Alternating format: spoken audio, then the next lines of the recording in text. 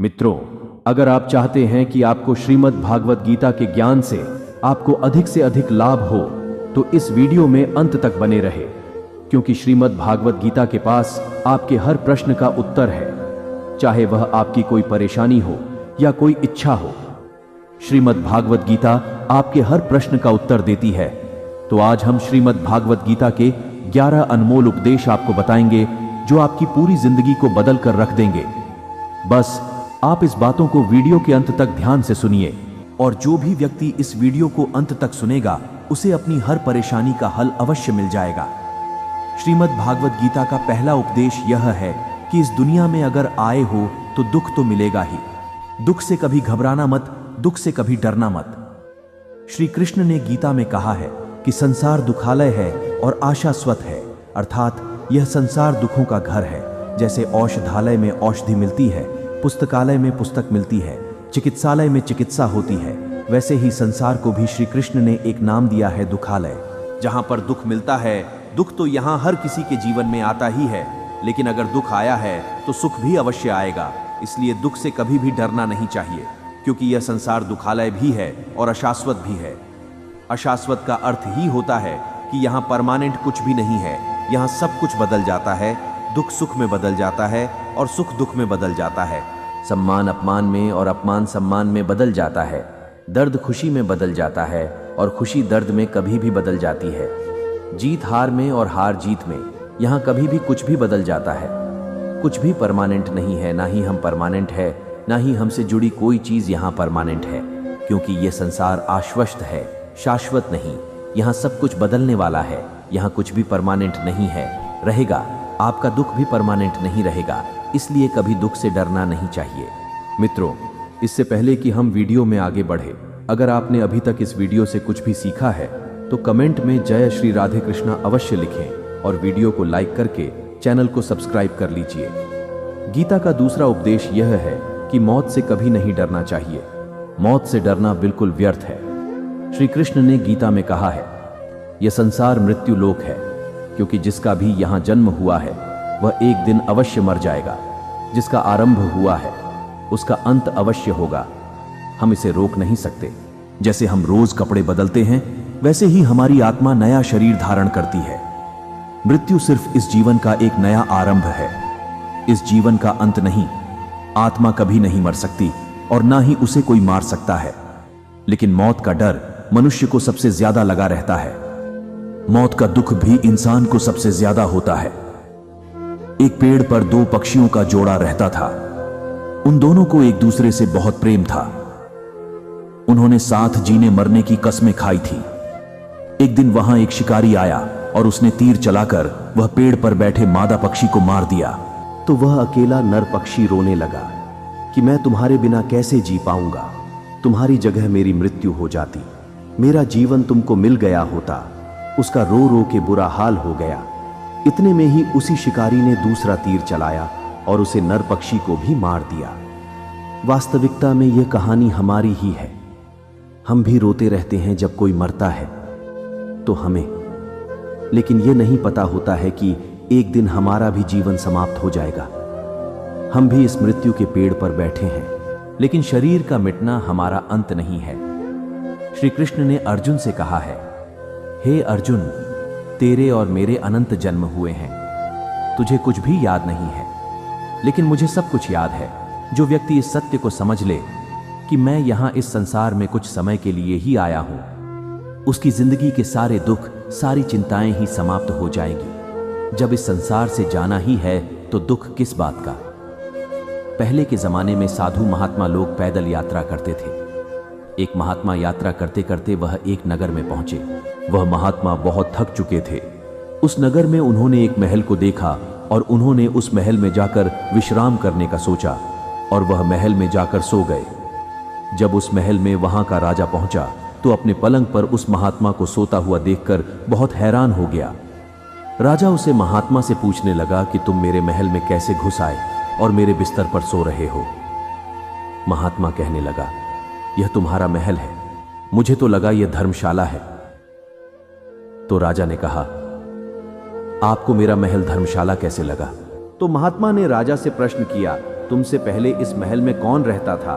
तो वह राजा बोला, मुझसे पहले मेरे पिता यहाँ पर रहते थे और उससे पहले मेरे दादाजी यहाँ पर रहते थे। तो महात्मा ने फिर प्रश्न किया, क्या तुम इस महल में हमेशा रहोगे या तुम्हारे बाद कोई और रहेगा? तो राजा कहने लगा कि मेरे बाद मेरा पुत्र इस महल में रहेगा। तो महात्मा राजा से कहने लगे, जिस जगह पर रहने वाले बार बार बदल जाते हो उसे घर कैसे कह सकते हो? वह तो धर्मशाला ही है। इसलिए तेरे महल को धर्मशाला समझकर मैं इसमें रात बिताने के लिए आ गया। धर्मशाला जान जग को जीवन, सब मेहमान है। मोह किसी से मत करो, सब स्वप्न का समान है।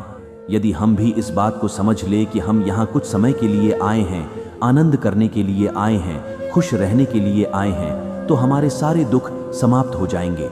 जब हम अपना मोह यहाँ जमा लेते हैं, अपना दावा यहाँ जमा लेते हैं कि यह मेरा है, इसे मैं छोड़ नहीं सकता, इसके बिना मैं जी नहीं सकता, तो हमारा जीवन दुखों से भर जाता है। इसलिए जीवन में मृत्यु का भय त्याग करके जीवन का प्रतिफल आनंद लेना चाहिए। गीता का तीसरा उपदेश है, मन और विचारों को कंट्रोल किए बिना जीवन और कभी शांति और सुकून मिलने वाला नहीं। अर्जुन ने श्री कृष्ण से कहा कि मेरा मन सही गलत सब कुछ जानता है, फिर भी मेरे विचार और मेरा मन मुझसे कंट्रोल नहीं होता।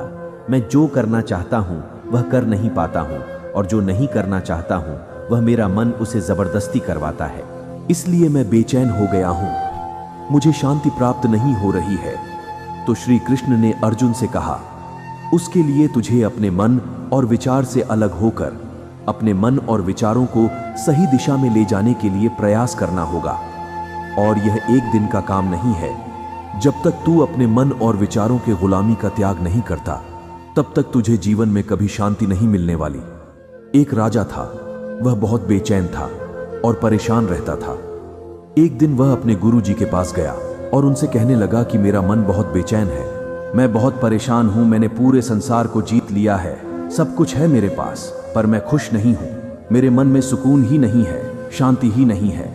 तो गुरुजी ने राजा से कहा कि तुम्हारे नगर में अगर कोई ऐसा व्यक्ति है जिसने सुकून को प्राप्त कर लिया है, शांति को प्राप्त कर लिया है, तो तुम उसका एक बार कुर्ता पहन लेना, तुम्हारे जीवन में भी शांति आ जाएगी। राजा बहुत प्रसन्न हो गया, यह तो बहुत ही आसान काम है। वह अपने राज्य महल में आया और राज्यसभा में वह सबसे कहने लगा कि आप लोगों में से जो भी शांत हो चुका है, उसे सुकून मिल गया हो, वह अपना कुर्ता मुझे दे दे, वह बदले में जितना भी धन मांगेगा मैं उसे दे दूंगा। सब लोग एक दूसरे का मुंह देखने लगे। पैसों का लालच आया, लेकिन सबको एक दूसरे की सच्चाई पता थी, क्योंकि किसी की जिंदगी में भी शांति और सुकून नहीं था। सब अपना सर झुकाकर वहां पर खड़े हो गए। फिर उसे राजा ने पूरे नगर में ढिंढोरा पिटवा दिया कि जिस भी शांति प्राप्त हो चुकी हो, सुकून प्राप्त हो गया हो, वह मेरे पास आकर अपना कुर्ता दे दे। वह जितना कहेगा उसे उतना ही धन दे दिया जाएगा। लेकिन एक भी व्यक्ति ऐसा नहीं मिला जिसे शांति प्राप्त हो चुकी हो। वास्तविकता में जब कोई मरता है तब हम कहते हैं वह फलाना व्यक्ति आज शांत हो गया। कभी किसी जिंदा इंसान के लिए नहीं सुना कि एक जीता जागता इंसान शांत हो गया हो। राजा की सैनिक पूरे शहर में ढूंढते रहे, फिर उन्हें एक पेड़ के नीचे एक महात्मा तपस्या करते दिखे, जिसके चेहरे पर एक शांति थी, सुकून था। वह सैनिक उस महात्मा के पास आकर पूछने लगा कि क्या आपने शांति प्राप्त कर ली है, सुकून प्राप्त कर लिया है? महात्मा ने कहा, मैं पूरी तरह से शांत हूं। तो सैनिक उसे राजा के पास ले आए। राजा ने उस महात्मा से प्रश्न किया कि क्या आपको शांति और सुकून प्राप्त हो चुके हैं? वह महात्मा कहने लगे, महाराज, मैं पूरी तरह से शांत हूं, मुझे कोई चिंता नहीं है, मुझे किसी चीज की लालच नहीं है, मुझे कोई इच्छा ही नहीं है। तो राजा भी बहुत प्रसन्न हो गए कि आखिर में वह व्यक्ति मिल ही गया जिससे शांति प्राप्त हो चुकी है, जिसे सुकून मिल गया है। तो राजा उस महात्मा से कहने लगे कि हे महात्मा, आप कृपया करके अपना कुर्ता मुझे दे दीजिए, बदले में आप जो मांगेंगे मैं आपको दे दूंगा। वह महात्मा कहने लगे कि महाराज, सुकून और शांति तो मुझे मिल चुके हैं, लेकिन क्या करूं, मेरे पास कुर्ता ही नहीं है पहनने के लिए जो मैं आपको दे सकूं। जब राजा ने उस महात्मा की यह बात सुनी, इस महात्मा के पास कुर्ता भी नहीं पहनने के लिए, उसके बाद भी यह महात्मा एकदम शांत है, उसके जीवन में सुकून है। मैं तो सारी जिंदगी धन को जोड़ने में लगा रहा, लेकिन मुझे शांति नहीं मिला, सुकून नहीं मिला, क्योंकि शांति और सुकून बाहर की चीज नहीं है, अपने भीतर की चीज है। इसलिए जब तक कोई इंसान अपने मन और विचारों को कंट्रोल नहीं करता, तब तक उसके जीवन में सुकून और शांति नहीं आती। गीता का उपदेश हमें यही सिखाता है कि जीवन में अगर शांति चाहिए तो मन को शांत करना सीखो। गीता का चौथा उपदेश, सुख की इच्छा आखिर में हमारी दुखों का कारण है। श्री कृष्ण ने अर्जुन से कहा कि जितना सुखों की लालसा और इच्छा करता है, उतना ही उसकी इंद्रियां सुख भोग में आसक्त हो जाती है, उतना ही इंसान का मन संसार के सुख और आकर्षण का गुलाम बन जाता है, और जितना ही सुख के पीछे भागेगा उतना ही उसे दुख के अनुभव से भी गुजरना पड़ेगा, क्योंकि यह संसार का नियम ही है। जो चीज शुरू में मन को बहुत आकर्षित करती है, बाद में बहुत दुख देती है, और जो चीज शुरू में कठिन लगते हैं, बाद में हमें बहुत काम आती है। गीता का पांचवा उपदेश है कि किसी से भी हद से ज्यादा मोह कभी मत करना। श्री कृष्ण ने गीता का पूरा ज्ञान ही अर्जुन के मोह को नष्ट करने के लिए कहा है। यह मोह ही है जो इंसान को सबसे ज्यादा रुलाता है। मोह इतना बलवान है कि शेर जैसे इंसान को भी गीदड़ बना देता है, जो अर्जुन युद्ध में देवताओं से भी जीत गया। पर अपने रिश्तेदारों को देखकर उसका हाथ कांपने लगा। वह बोला, हे केशव, मेरे हाथ में धनुष पकड़ने की ताकत भी नहीं बची है, मेरे हाथ कांप रहे हैं, मैं युद्ध नहीं कर पाऊंगा। यह मोह इतना पेनफुल होता है जिसका कष्ट न सह पाने के कारण कई लोग अपनी जिंदगी को खत्म कर देते हैं, आत्महत्या तक कर लेते हैं कि उस व्यक्ति के बिना हम जी ही नहीं पाएंगे। इसलिए जीवन में किसी से भी हद से ज्यादा मोह करोगे तो जीवन भर पीड़ा का ही सामना करना पड़ेगा। जो व्यक्ति अपने मोह से बाहर नहीं आता, उसका सब कुछ उससे छिन जाता है, उसकी सारी खुशी खत्म हो जाती है। इसलिए गीता का ज्ञान बार बार हमें यह सिखाती है कि अपने मोह को त्याग करके आप बलवान बनो, बुद्धिमान बनो, सत्य के दर्शन करो कि वास्तविकता क्या है, क्योंकि हमारा मोह हमें हमेशा झूठ ही दिखता है, झूठ पर ही विश्वास दिलाता है और दिल में झूठी उम्मीदें जगाता है, और ये मोह हमारे दुखों का सबसे बड़ा कारण है। हम ही मोह कर लेते हैं, हमें लोगों से उम्मीदें लगा बैठे हैं, पर वास्तविकता बिल्कुल अलग होती है। लोग वैसे नहीं होते जैसे हम मान लेते हैं, जैसा हम समझ लेते हैं, क्योंकि मोह के कारण हमें सच्चाई नहीं देख पाती, लोगों का असली चेहरा नहीं देख पाता। इसलिए गीता का उपदेश हमें यही सिखाता है, जीवन में अगर आनंद और प्रसन्नता के साथ रहना है तो किसी से भी हद से ज्यादा मोह कभी मत करना। गीता का छठ उपदेश है कि वासना, क्रोध और लालच सर्वनाश का कारण है, नरक का द्वार है। जिस भी मनुष्य में यह तीन अवगुण होते हैं, वह हमेशा दूसरों को दुख पहुंचाकर अपने ही सुख और स्वार्थ की पूर्ति करता रहता है। किसी भी चीज की हद से ज्यादा कामना करना और क्रोधी स्वभाव होना और मन में लालच होना उसके जीवन के सुख को समाप्त कर देते हैं, उसके सारे रिश्तों में जहर भर देते हैं। इन्हें नरक का द्वार इसलिए कहा गया है क्योंकि जिस इंसान में अत्यधिक क्रोध है, लालच है, वासना है, उसका पूरा जीवन जहर से भर जाता है। उसको करने के बाद भी जीते जी यहीं पर नरक का दर्शन होता है। गीता का 7वां उपदेश है कि जो चला गया कभी उसका दुख मत करो, और जो आने वाला है उसकी बिल्कुल भी चिंता मत करो। जब महाभारत का युद्ध चल रहा था, तब अर्जुन ने श्री कृष्ण से कहा कि अगर यह युद्ध हुआ तो करोड़ों लोग मारे जाएंगे, जो सैनिक और योद्धा इस युद्ध में मारे जाएंगे, उनकी स्त्रियों का क्या होगा, समाज कैसे आगे बढ़ेगा, और भी बहुत सारी बातें अर्जुन ने विस्तार से कही हैं। तो श्री कृष्ण अर्जुन से कहते हैं, हे अर्जुन, तू बड़ी बड़ी ज्ञानी जैसी बातें करता है, लेकिन जो सच में ज्ञानी होता है वह जो मर चुके हैं, जा चुके हैं या एक दिन जाने वाले हैं, उनकी चिंता नहीं करता है, उनका दुख नहीं करता है। तेरे हाथ में कुछ भी नहीं है, तू चाहकर भी कुछ कंट्रोल नहीं कर सकता। जीवन और मरण यह तो प्रकृति की नियति है, इसीलिए जो ज्ञानी होते हैं वह किसी के मरने पर भी नहीं रोते हैं।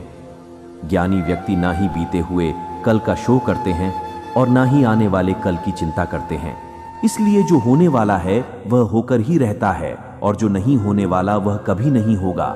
ऐसा निश्चय जिसको समझ में आ जाता है, जिसकी बुद्धि में आ जाता है, उससे कभी कोई चिंता नहीं सताती, कोई दुख नहीं सताता। हमारे सारे दुखों का कारण ही यही है, या तो हम जो वक्त गुजर चुका है उसे सोच सोच के परेशान होते हैं, यह भविष्य की चिंता करके खुद को बीमार कर लेते हैं, नष्ट कर लेते हैं। गीता का ज्ञान हमें यही सिखाता है कि ना तो हम बीता हुआ कल बदल सकते हैं और ना ही आने वाले कल पर कंट्रोल कर सकते हैं।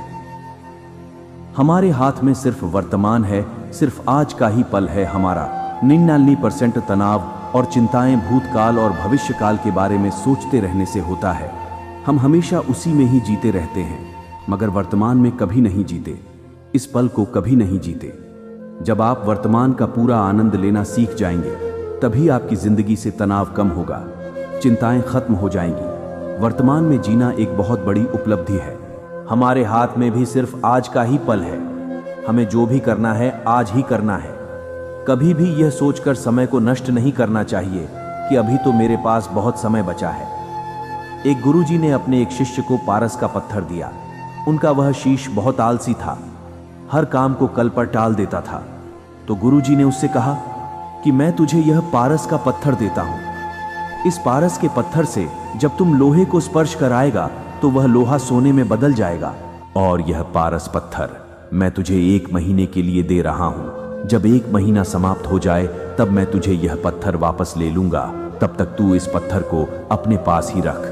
गुरुजी का वह शिष्य बाजार में लोहा खरीदने के लिए गया।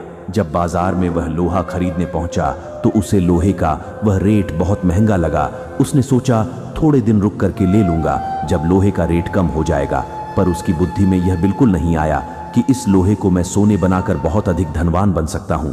लेकिन उसके मन की सुस्ती, उसके मन के आलसी की वजह से उसने उस काम को कल पर टाल दिया। ऐसे ही करते करते पूरा महीना बीत गया। फिर गुरुजी उसे शिष्य के पास आ पहुंचे और पूछा, तुमने कितना सोना बनाया? शिष्य बोला, मैंने तो अभी सोना बनाना शुरू भी नहीं किया। तो गुरुजी ने कहा, मुझे मेरा वह पारस पत्थर वापस चाहिए। शिष्य बोला, नहीं, मुझे थोड़ा वक्त दीजिए, मैं थोड़ा सोना बनाना चाहता हूं। गुरुजी ने कहा, यह पारस पत्थर पूरा 1 महीना तेरे पास था, पर तुम कुछ नहीं कर पाया। लेकिन अब समय समाप्त हो चुका है। ऐसे ही यह हमारा जीवन है, हमारी जिंदगी है, और यह समय ही पारस पत्थर है। हम समय के एक एक पल से अपने जीवन को सोना बना सकते हैं, लेकिन हमें यह लगता है कि हमारे पास बहुत समय बचा है। एक दिन जिंदगी को जी लेंगे, एक दिन जिंदगी में खुश हो जाएंगे, लेकिन वह दिन कभी नहीं आता और हम जिंदगी भर भागते रहते हैं, चिंता करते रहते हैं, दुखी होते रहते हैं, लेकिन जिंदगी को जीना, खुश रहना हम भूल जाते हैं। इसलिए गीता का ज्ञान हमें यह सिखाता है कि आप आज में जीना सीखें, इस पल में जीना सीखें। गीता का 8वां उपदेश है कि संसार में हमारा कुछ भी नहीं है। गीता सार में आपने कई बार सुना होगा कि तुम्हारा क्या गया, जो तुम रोते हो तुम क्या लाए थे, जो तुमने खो दिया तुमने क्या पैदा किया, जो नष्ट हो गया तुमने जो लिया यहीं से लिया, जो कुछ भी दिया यहीं पर दिया, जो आज तुम्हारा है कल किसी और का होगा। क्योंकि परिवर्तन संसार का नियम है। कल तक जिसके बिना आप जी नहीं सकते थे, आज उनसे कोई रिश्ता ही नहीं है, बातचीत तक नहीं है। कहाँ गए वह जीवन भर के रिश्ते, वह सारे मित्र जो साथ जीने मरने की बातें करते थे, आज पता भी नहीं कि वह लोग कहाँ चले गए। यह संसार परिवर्तनशील है, सब लोग यहाँ बदल जाते हैं, हर रिश्ता बदल जाता है, और तो और यह हमारा शरीर भी हर दिन बदल रहा है। बचपन से जवानी, जवानी से बुढ़ापा, और एक दिन यह शरीर हमारा साथ छोड़ देता है। तो किसके लिए रोना और किसकी चिंता करना? हम सारी जिंदगी चीजों को, रिश्तों को, जिंदगी को बनाने में, सजाने में, संवारने में लगे रहते हैं, लेकिन एक दिन सब कुछ बिखर जाता है। सारी जिंदगी, जी संपत्ति, जिन रिश्तों के लिए हम लड़ते रहते हैं, एक दिन सबको छोड़ करके हमें इस दुनिया से जाना ही पड़ता है। श्रीमद् भागवत गीता का 9वां उपदेश है कि कोई अगर आपका अपना है या कोई आपसे बड़ा है तो उसका अपने प्रति गलत व्यवहार कभी भी सहन नहीं करना चाहिए। यह गीता का उपदेश हमारी जिंदगी से भी जुड़ा है। हम भी अपने मन की अधिकतर तकलीफों को यह सोचकर जिंदगी भर सहते रहते हैं, यह तो मेरा अपना है, यह तो मेरा बड़ा है, इसको हम कैसे कुछ कह सकते हैं। हम अगर नहीं सहेंगे, कुछ कह देंगे तो हमारे रिश्ते ही खराब हो जाएंगे, हमारे रिश्ते ही समाप्त हो जाएंगे। पर सोने की बात तो यह है, उसे व्यक्ति को आप अपना कैसे मान सकते हैं जो आपकी तकलीफों की वजह हो। अपना तो वह होता है जो हमारी तकलीफों को दूर कर दे।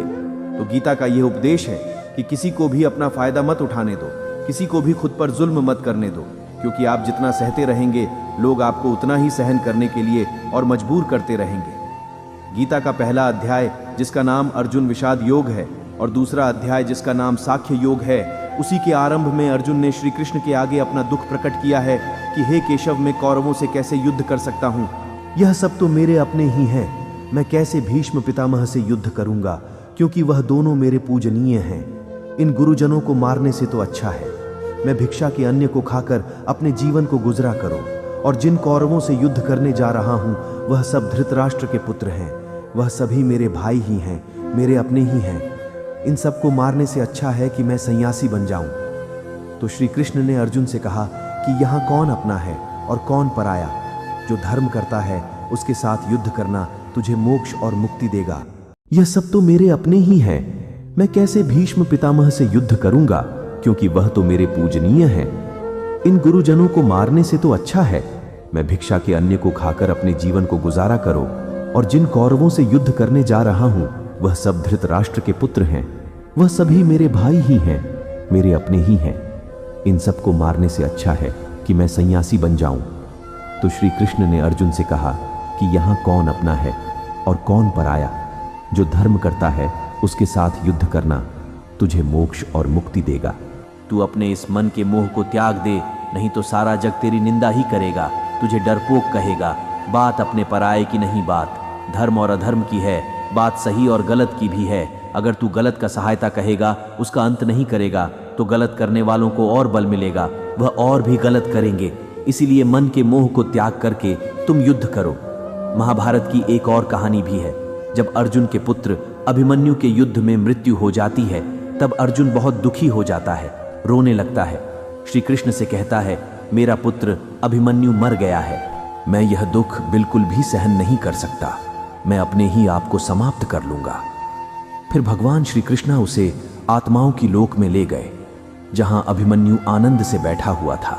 क्योंकि उसने क्षत्रिय उचित व्यवहार किया, इसलिए उसे उत्तम पद की प्राप्ति हुई।